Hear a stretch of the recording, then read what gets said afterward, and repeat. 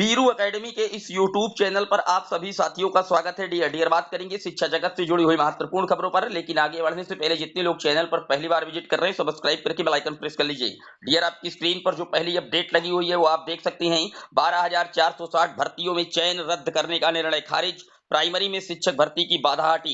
High court की Lucknow bench ने राज्य सरकार को बड़ी राहत दी है। 12,460 सहायक अध्यापकों के चयन को रद्द करने के एक जो नवंबर 2018 के एकल पीठ के निर्णय को खारिज कर दिया है। इसी के साथ न्यायालय ने उक्त भर्ती के क्रम में बचे हुए लगभग 6,470 पदों के लिए कॉमन मेरिट लिस्ट जारी करते हुए 3 माह में इन्हें भरने का भी आदेश राज्य सरकार को दिया है।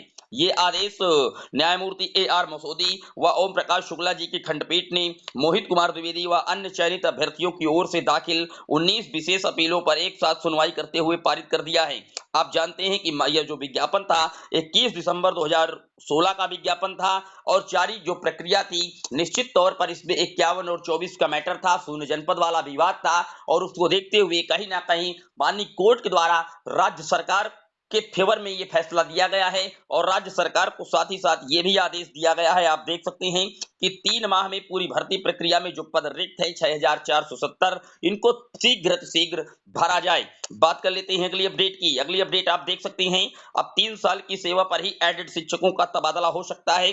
प्रदेश के जो अशासकीय सहायता प्राप्त महाविद्यालय के शिक्षकों की 3 साल की सेवा पर ही अब स्थानांतरण हो सकेगा।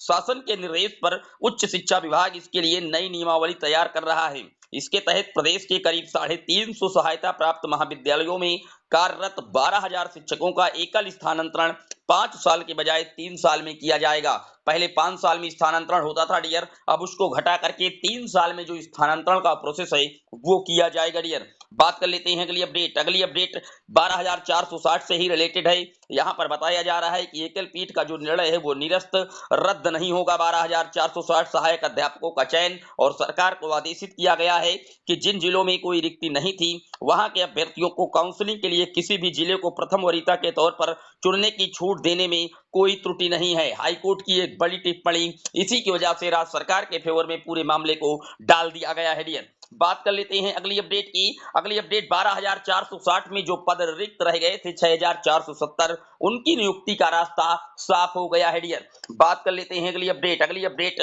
मुख्यमंत्री योगी आदित्यनाथ जी ने यह कहा था कि 6 महीने में भर्ती होना है, जो भी विज्ञापन निकाला जाएगा उसी के संदर्भ में ये बातें की गई हैं कि 6 महीने में भर्ती तो दूर परीक्षा तक नहीं हुई है।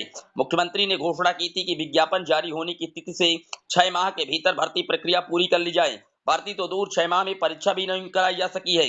मामला आप जानते हैं असिस्टेंट प्रोफेसर का है, टीजीटी पीजीटी का है।